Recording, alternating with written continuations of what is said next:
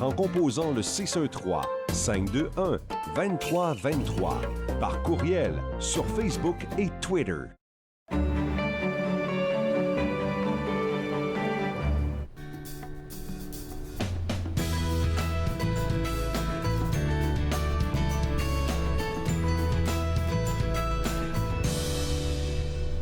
Bonjour et bienvenue à Entre nous, exclusivement sur les ondes de TV Rogers. Je suis Claude Andrea Bonny. Je me ferai un réel plaisir de passer la prochaine demi-heure avec vous.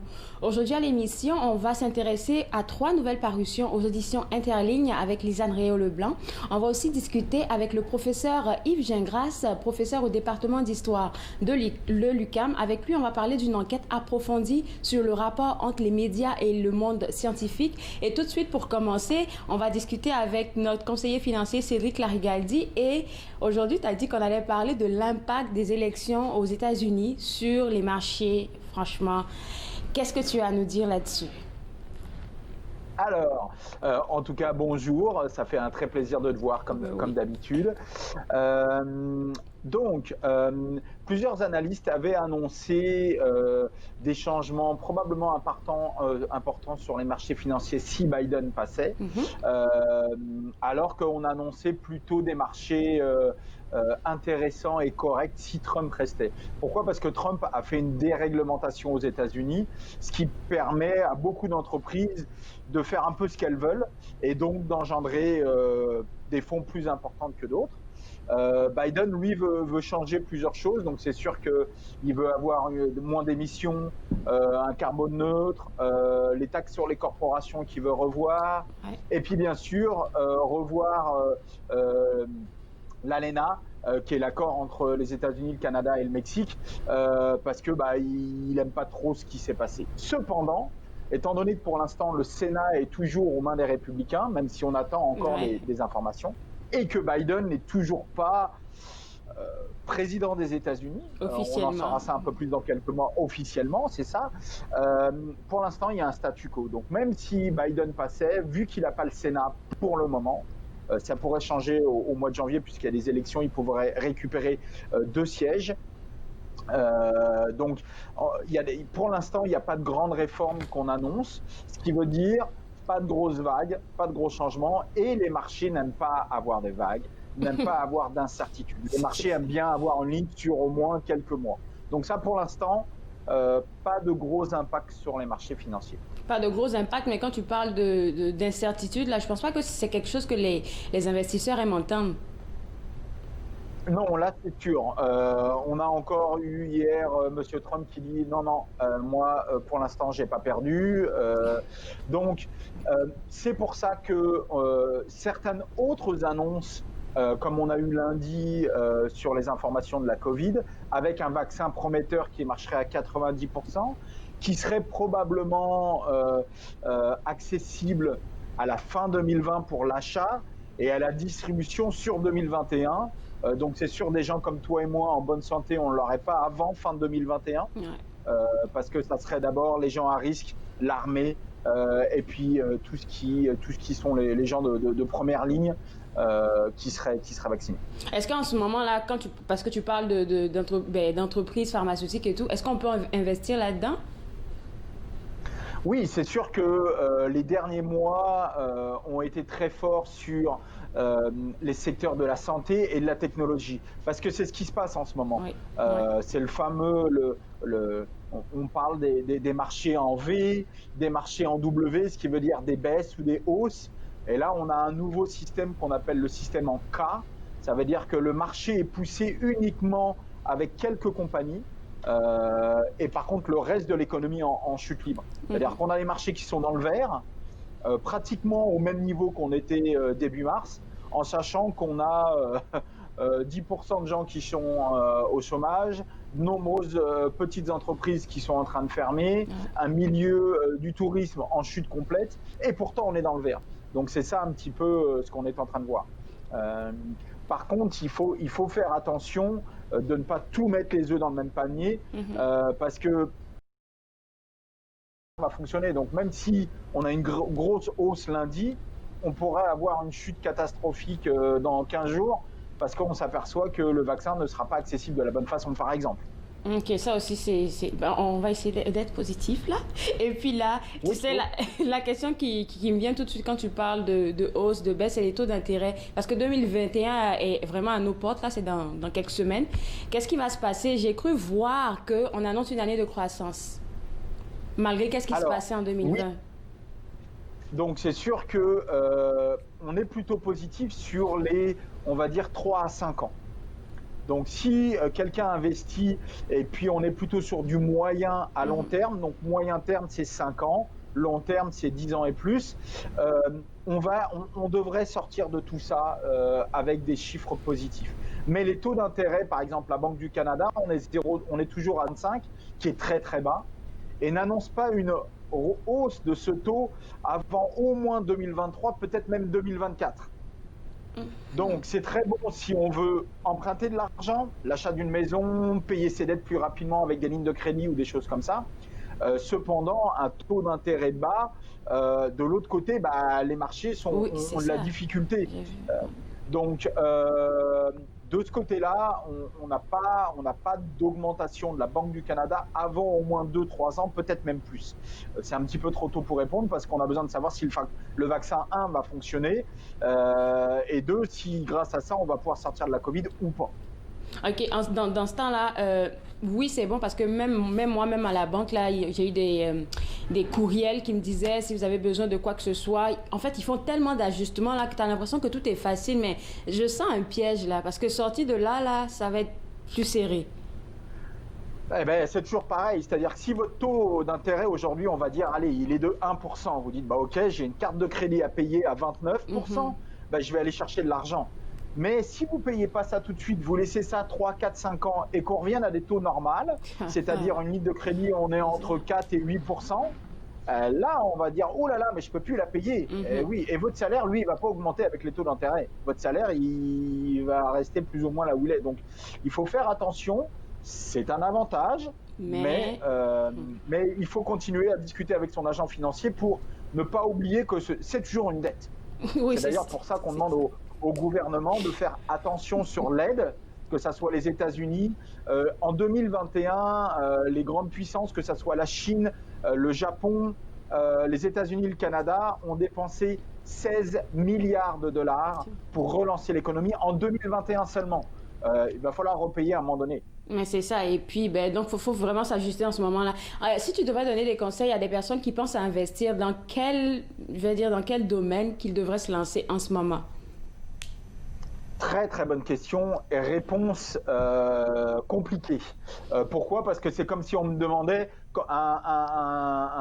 quelqu'un dans la santé, quand est-ce que la Covid-19 sera éradiquée?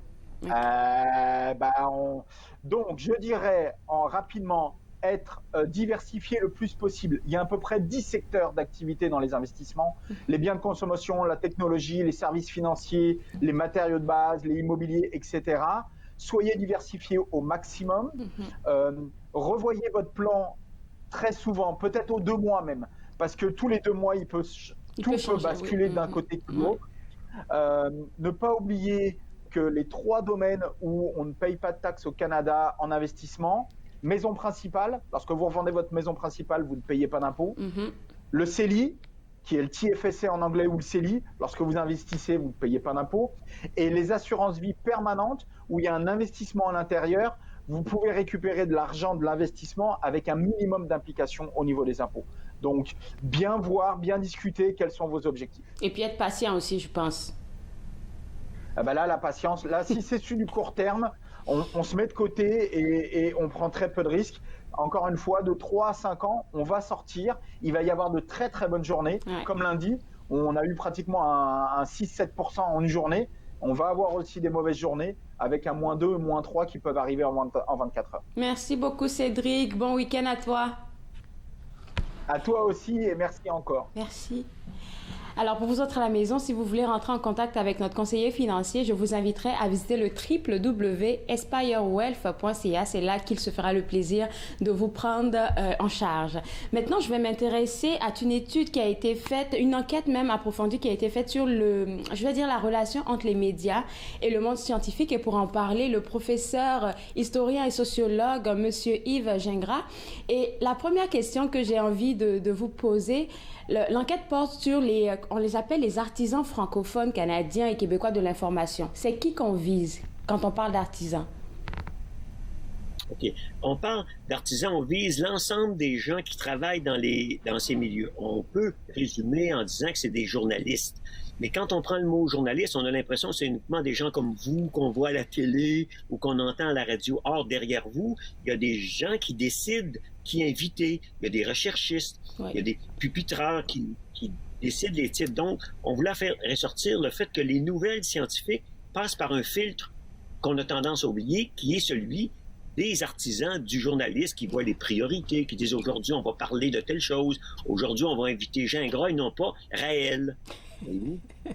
Et puis, c'est tellement vrai, qu'est-ce que vous avez dit là, parce que derrière nous, c'est vrai qu'il y a les producteurs, il y a plein de personnes, il y a les influenceurs, ça aussi j'ai pu le remarquer dans votre enquête. Je l'ai lu un peu, j'ai trouvé ça super intéressant parce que puisque vous êtes historien, si on repart un peu en arrière, il est dit dans l'étude qu'il y a vraiment une relation assez complexe entre les gens des médias et les scientifiques. Est-ce qu'on peut savoir pourquoi? Bien, c'est parce qu'effectivement, si on veut que la population en général ait de l'information scientifique, on n'a pas d'autre choix que d'avoir cette relation. Mais c'est une relation qui a toujours été un peu complexe parce que les scientifiques qui sont habitués à la rigueur, à la nuance, n'ont pas toujours confiance aux journalistes qui vont probablement simplifier, trouver un titre en disant « Enfin, un vaccin », par exemple. 90% du vaccin fonctionne. Et ça, les scientifiques disent « Attention, on n'a pas encore la preuve ». Donc, il y a toujours cette tension entre les journalistes qui veulent une nouvelle et le scientifique qui veut une nuance qui n'est pas trop une révolution à chaque fois. Alors, les journalistes veulent nous annoncer des grosses choses. Donc, il y a une relation d'amour et de scepticisme entre les deux. Et puis, quand on parle de cette relation-là, oui, je dirais, selon moi, que les scientifiques sont quelque peu rationnels, tandis que les gens des médias, souvent, ont envie de donner de l'espoir. Je vais dire ça comme ça. Donc, les informations, les titres qu'on envoie, souvent, c'est vraiment pas les mêmes affaires. Oui, et ça, c'est un problème qui fait que les scientifiques essaient de vouloir, par exemple, pour un scientifique, quand un journaliste font une entrevue avec les scientifiques, il y a certains scientifiques qui voudraient relire le texte du journaliste. Or, dans l'éthique journalistique, ça ne se fait pas. Mais pour un scientifique qui pense qu'il veut savoir si ce qui a été résumé est bien ce qu'il a dit, même moi, ça m'est arrivé d'être interviewé par des journalistes qui ont mal compris, puis ensuite, j'ai eu des bêtises parce qu'on m'a lu dans le journal, mais j'ai oublié de dire, c'est pas ce que j'ai dit dans le journal, mais ça a été mal rapporté. Donc, c'est tout à fait normal, mais bon, il faut accepter cette chose-là. La bonne nouvelle de notre enquête, c'est que le niveau de connaissance scientifique des journalistes, au sens large, des artisans, est quand même très élevé, de sorte que ça, c'est une très bonne nouvelle. Il reste un petit nombre surprenant qui pense que l'homéopathie, c'est une science, alors que c'est une science. Mais ce chiffre-là est très, très faible. L'enquête a été menée au printemps 2020 et je pense que c'est par rapport à la situation qu'on vit, la situation pandémique qu'on vit, que les journalistes, quelque peu maintenant, on sent maintenant qu'ils ont un peu plus d'informations par rapport à ce monde scientifique-là. Parce que veut pas, on avait besoin d'informations des scientifiques pour pouvoir les partager au grand public. Oui, et effectivement, étant donné qu'on a fait notre enquête durant le confinement, on a ajouté une question pour dire est-ce que la pandémie actuelle a modifié votre vision de l'importance des sciences? Et effectivement, on trouve une majorité qui disent oui, effectivement, j'appréciais les sciences, mais là, je les apprécie davantage. Un bon nombre ont dit aussi qu'il serait bien qu'il y ait encore davantage d'articles scientifiques dans les journaux. Donc, ils ont été sensibilisés plus qu'avant à l'importance d'une information rigoureuse sur la science et la technologie, parce qu'aujourd'hui, on vit dans un monde techno-scientifique. La technologie est autour de nous. Si vous me voyez, c'est grâce à la technologie. On parle beaucoup de la G5 qui va accélérer encore le fait qu'on se voit. Il va y avoir moins de délai entre l'image et le son, etc. Mais il y a encore des gens qui pensent que la G5 est un grand complot dangereux pour la santé. Donc, il faut continuer à informer les gens sur la réalité qu'il n'y a pas vraiment de danger pour la santé avec la G5, voyons donc. C'est ça, on parle d'articles de la baie. En tout cas, des gens qui ont fait l'enquête qui demandent à ce qu'il n'y ait plus d'articles dans les médias. Et puis, moi, je suis en train de penser que, vu que les scientifiques, ils n'aiment pas comme donner des résultats quand c'est pas tout prêt et tout, mais ça serait intéressant au moins qu'ils sortent des laboratoires pour venir dire, OK, oui, il y a peut-être un vaccin qui va arriver en 2021, mais voilà où est-ce qu'on est rendu. On est en étape 2. J'ai l'impression qu'ils n'aiment pas en parler tant que c'est pas comme arrivé à terme. Moi, je pense qu'il y a beaucoup de... On le voit, il y a beaucoup de scientifiques qui parlent et qui expliquent les choses. Effectivement, ils l'ont énormément dit que le vaccin, ça va prendre 8 à 10 mois. Et à la grande surprise, c'est que là, il y a un vaccin qui est arrivé beaucoup plus vite. Oui. Parce qu'il faut rappeler qu'un vaccin, ça prend dizaines, normalement. Là, ça s'est fait en moins d'une année. Mais c'est parce que les gouvernements ont aussi mis des milliards et des milliards de dollars. Fait qu'il faut que les scientifiques expliquent aussi que c'est grâce aux interventions de l'État et donc de l'argent de la population que le vaccin a été mis au point plus rapidement.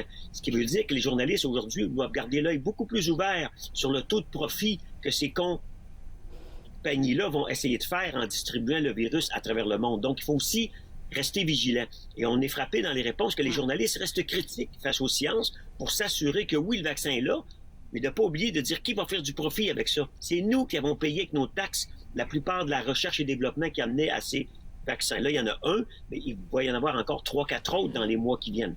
Ça, il nous faut de l'éducation, que ce soit même pour les gens des médias et pour le public, il faut de l'éducation par rapport à ça. C'est bien que vous le mentionnez, merci. Maintenant, je vais revenir à l'enquête et je me rends compte qu'il y a plus de 500 personnes qui ont participé à cette enquête. Et quand je regardais pour les conclusions, j'étais un peu étonnée de qu'est-ce que j'ai vu. La première qui m'a frappée, c'est dit que le groupe critique est aussi caractérisé, en tout cas le groupe qui faisait des critiques est caractérisé par la jeunesse de ses membres, et tandis que le groupe pro-science est davantage l'apanage des 55 ans et plus.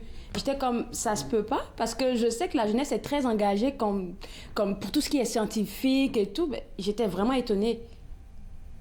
Ah ben ça, c'est très intéressant parce que ça vous démontre que les préjugés ou les sentiments subjectifs individuels qu'on peut avoir ne reflètent pas nécessairement les données. Vers des données globales de la population, il faut un échantillon statistique. Ça fait. Sinon, on tombe dans ce qu'on appelle en science l'erreur écologique. L'erreur écologique, c'est le fait que dans votre environnement, vous dites, moi, tous les amis autour de moi, par exemple, aiment les sciences. Et ça, c'est une erreur statistique. Votre environnement, il n'est pas statistiquement aléatoire. Il y a de l'endogamie, vous êtes avec des gens comme vous. Fait que si vous êtes dans un quartier riche, bien, vos amis dans un quartier riche sont riches. Donc, si vous faites une enquête autour des riches, ils vont dire, il n'y en a pas de pauvres autour de moi. Donc, nous, on a un échantillon représentatif qui démontre que les jeunes sont effectivement plus sceptiques, plus critiques que les vieux. Ils disent, oui, mais la science a amené la pollution. L'OGM, c'est peut-être dangereux. Et c'est aussi chez les plus jeunes qui sont plus sceptiques par rapport souvent aux vaccins obligatoires. Donc, la jeune génération pense avoir plus de connaissances et pense que qui est moins individuel lui permet de prendre ses propres décisions indépendamment de la santé publique qui implique règle générale. Le moi, dit, ben moi, je suis allé à l'école assez longtemps, je peux prendre mes décisions de vacciner mon enfant ou non. Ça existe, ça. Et tous les sondages montrent que la jeune génération est peut-être trop individualiste et pense pas assez que la communauté demande des décisions collectives. Ça, c'est très, très vrai. Qu'est-ce que vous dites là? Écoutez, il y a plusieurs informations qui m'ont, moi, comme étonnée, mais on va inviter les gens à aller regarder de plus près cette enquête parce que je trouve qu'elle a tout son sens. Merci beaucoup d'avoir travaillé dessus et à toute l'équipe qui vous a accompagné. Bonne journée à vous. Merci infiniment. Bonne journée.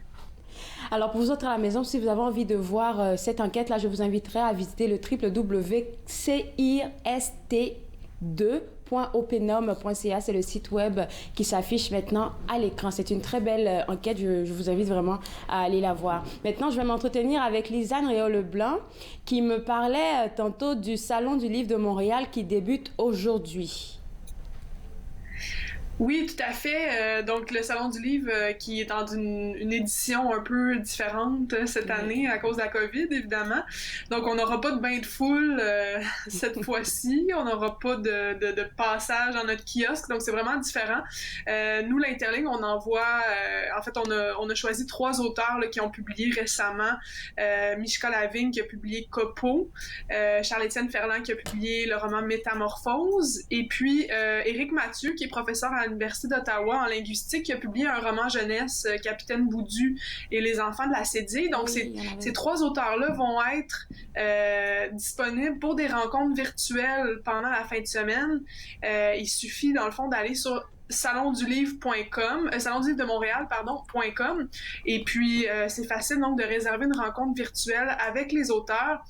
La seule chose, c'est qu'il faut absolument, pour ce faire, il faut acheter le livre de chacun, mais ensuite, après, c'est vraiment le fun parce que c'est une rencontre soit en tête-à-tête, là, comme on a nous deux présentement, mais évidemment plus intime, ou sinon, ça peut être en groupe aussi, là, avec, je pense, un maximum de 5 personnes. Donc, je pense que ça permet des rencontres assez intéressantes où on peut vraiment poser des questions aux auteurs, très directement, avoir un contact là, vraiment particulier avec l'auteur. Donc, ça commence aujourd'hui, c'est jusqu'à dimanche. Si vous allez au salondulivre-de-Montréal.com, vous réservez une rencontre, puis vous achetez le livre, donc vous recevez ensuite le livre. C'est vraiment super.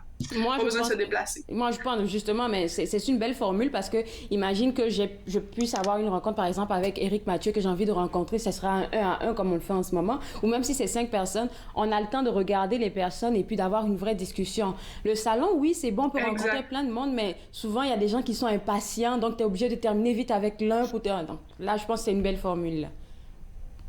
Oui, tout à fait, c'est ça. Là, je pense que tu as vraiment le temps de passer un moment là, vraiment juste avec l'auteur à toi tout seul. Là. Donc ça, c'est vrai que c'est rare que ça arrive en salon du livre quand il y a plein de gens puis il se passe beaucoup de choses. Fait que je pense que c'est une autre façon c'est ça, de tenir un salon. Je pense que eux, c'est une première aussi, c'est un essai. On va voir si ça fonctionne bien, mais pour l'instant, en tout cas, il y a beaucoup d'actions. Puis ce qui est le fun aussi, c'est que sur les réseaux sociaux, il se passe plein de choses en lien avec le Salon du livre aussi. Il y a des tables rondes qu'on peut écouter sur leur site ou sur Facebook.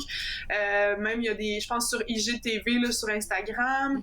Il y a aussi une campagne qui est à livre ouvert. Donc, les gens sont invités là, à se prendre en photo avec un livre comme ça sur les réseaux sociaux pour suggérer une lecture. Donc, ils ont quand même trouvé des façons là, de rendre ça stimulant et le fun pour les lecteurs, même s'il n'y a pas de présence en personne là, au Salon du livre. Il va durer combien de temps? Donc, on est bien content de participer. Pardon? Il va durer combien de temps? Il dure jusqu'à dimanche, jusqu'au 15 novembre. Alors, pour pouvoir booker un rendez-vous, prendre un rendez-vous avec l'un des auteurs des éditions Interligne, parce que tu as dit qu'ils sont là en fin de semaine, si je ne me trompe pas? Oui, c'est ça. Donc, c'est à partir... En fait, ça fait comme environ 1 ou 2 semaines là, que ça a été lancé, mais pendant la fin de semaine, il y a toujours moyen d'aller sur le site web du Salon du livre, de chercher le nom des auteurs et puis de se booker très facilement là, une rencontre avec eux ou avec elles pour discuter de leurs dernières nouveautés. Là. OK, parlons des dernières nouveautés. Tu l'as montré tantôt. On va parler de Métamorphose de Charles-Étienne Ferland. Oui! C'est un si bon livre! On avait tellement hâte d'avoir cette suite qui est dans le fond la suite du roman Dévoré qu'on a publié en 2018. Métamorphose, pour vous rappeler rapidement, dans Dévoré, dans le fond, ce qui se passait, c'était que la fin du monde arrivait à cause d'une invasion de guêpes géantes, OK? Vraiment pas le fun comme scénario. Charles-Étienne, l'auteur, est un entomologiste, donc il étudie les insectes dans la vie, alors c'était tout à fait dans son domaine de connaissance d'écrire là-dessus. Donc c'est une science-fiction très très palpitante qui se passait à Montréal, puis c'était un peu aussi le récit des survivants après cette invasion-là. Et là donc il poursuit avec Métamorphose, mais ce qui est intéressant, c'est que même si vous n'avez pas lu Dévoré, vous pouvez très bien lire Métamorphose. Ça a été conçu pour être lu indépendamment. Donc, mais je vous recommande quand même de lire Dévoré parce que c'est très bon, là. Mais si jamais ça vous tente pas, vous pouvez sauter directement à Métamorphose. Et puis, c'est sûr qu'on va retrouver des personnages qui étaient là dans le premier, dont Jack, qui, lui, était justement un des survivants qu'on suivait, qui avait le désir de se rendre à une île qui s'appelle Main Duck Island, où sa famille serait peut-être réfugiée et où, possiblement, ça serait peut-être un endroit où les guêpes n'auraient pas envahi là, cet endroit-là, donc qui serait à l'abri des guêpes. Donc là, c'est ça, dans Métamorphose, on le voit qui continue à tenter de se rendre là-bas. Un autre personnage aussi du premier, Frank, qui lui... au fond, on l'avait perdu sa trace dans le premier, mais là, on le retrouve dans celui-là, puis on voit que lui aussi va prendre la route, mais pour se rendre à un autre endroit, qui est un centre de recherche à Toronto, qui essaie de rebâtir la civilisation qui évidemment, est pas mal à terre là, suite à l'invasion. Donc, c'est les deux personnages qu'on retrouve, mais il y a plein d'autres personnages aussi qui se rajoutent. Ça se passe beaucoup plus en Ontario. Le premier tome était vraiment à Montréal, mais là, on est vraiment sur le bord du fleuve, et puis donc vers Toronto, comme je disais. Et c'est aussi palpitant, c'est aussi noir. Si vous avez aimé Stranger Things, Walking Dead, c'est vraiment une lecture à faire cet automne. Alors que les journées raccourcissent, là, on s'installe sur le sofa avec une couverture, puis on lit ça, puis c'est et juste puis dans la mesure du possible, ce serait intéressant qu'ils prennent Dévoré aussi, comme ça fait une suite une suite logique. Oui, puis je le recommande tout à fait, là, vraiment. Ou tu sais, il y en a peut-être qui vont lire Métamorphose tout de suite, puis qui vont se dire, OK, là, il faut que j'aille lire Dévoré pour... Mais tu sais, dans Métamorphose, il y a quand même beaucoup de rappels du premier tome, donc tu sais, on n'est pas complètement perdu, là, disons, si on n'a pas lu Métamorphose. C'est parfait. Dévoré, je veux dire. 2 minutes 30, là, on va parler de Tango de Daniel Castillo Durante. Je le dis bien, j'espère. Oui, Tango, c'est un recueil de micro-nouvelles. Donc ça, c'est ce qui m'a attiré beaucoup dans ce livre-là. C'est des nouvelles qui font environ 2 pages, 3 pages maximum. Donc c'est tout court, c'est très punché. Daniel Castillo Durante est un professeur de littérature à l'Université d'Ottawa qui a publié beaucoup de romans, de nouvelles, d'essais. Donc très bibliographie très foisonnante.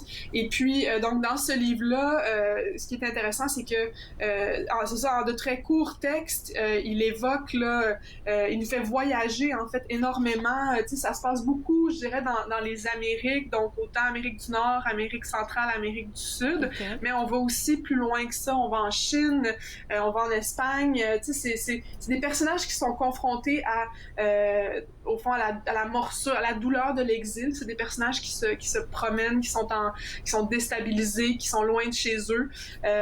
Mais c'est toujours vraiment, on plonge très rapidement. Il est très bon là, pour la description, et puis on s'y retrouve tout de suite. Là, on est dépaysé dès les premières lignes, et puis c'est comme ça à chacune des nouvelles. Donc c'est vraiment une belle petite lecture si vous êtes le genre à justement aimer lire par courte période, là, et non des longues choses. Ça se dévore court texte après court texte. Donc Tango de Daniel Castillo Durante. Merci beaucoup, Lisanne. Il nous reste plus de temps en fait, mais je sais qu'il y avait la Neva pour se retrouver de Maryse Gasque, mais on va inviter les gens, merci de le montrer, on va inviter les gens à se le procurer sur le site web. Bon week-end à toi. Merci beaucoup, Claude. Toi aussi. Bye. Bye. Alors pour vous autres à la maison, que ce soit pour participer au Salon du Livre de Montréal ou même pour vous procurer ces nouvelles parutions dont on vient de parler avec Lisanne, je vous invite à visiter le www.interligne.ca pour pouvoir vous les procurer. Alors moi, je me suis fait le plaisir de passer cette demi-heure avec vous. On se donne rendez-vous demain à 11h pour une émission spéciale qui mettra en avant en fait le 10e anniversaire de la radio Unique FM. On va avoir la chance de parler avec son directeur, Monsieur Pierre Sicard. On aura aussi des animateurs que vous connaissez sûrement, Michel Picard, Jean-Paul Moreau, avec qui on va partager en fait, toute l'histoire de cette belle radio unique qu'elle est ici à Ottawa. Alors demain, rendez-vous à 11h et je vous prie de rester avec nous. Au revoir.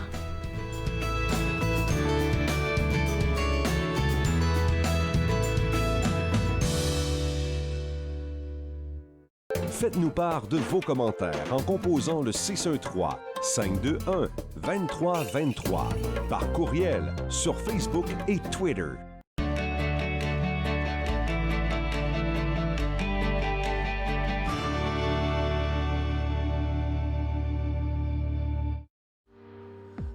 À l'émission Court-Circuit, on rencontre l'artiste Charles Robert, un univers électropop, des musiques planantes à découvrir. Soyez au rendez-vous. Court-Circuit, vendredi 21h sur TV Rogers.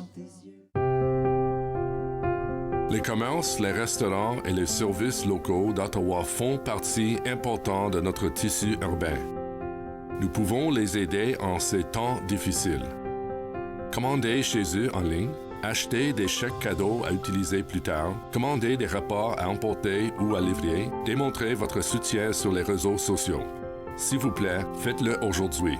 En savoir plus, visitez ottawa.ca/acheter local. Encore jeune, les gens que nous rencontrons ont parfois beaucoup de vécu, beaucoup d'expériences variées en plus de ça. C'est le cas de Marie-Hélène Chaumière. Encore jeune, dimanche 19h sur TV Rogers.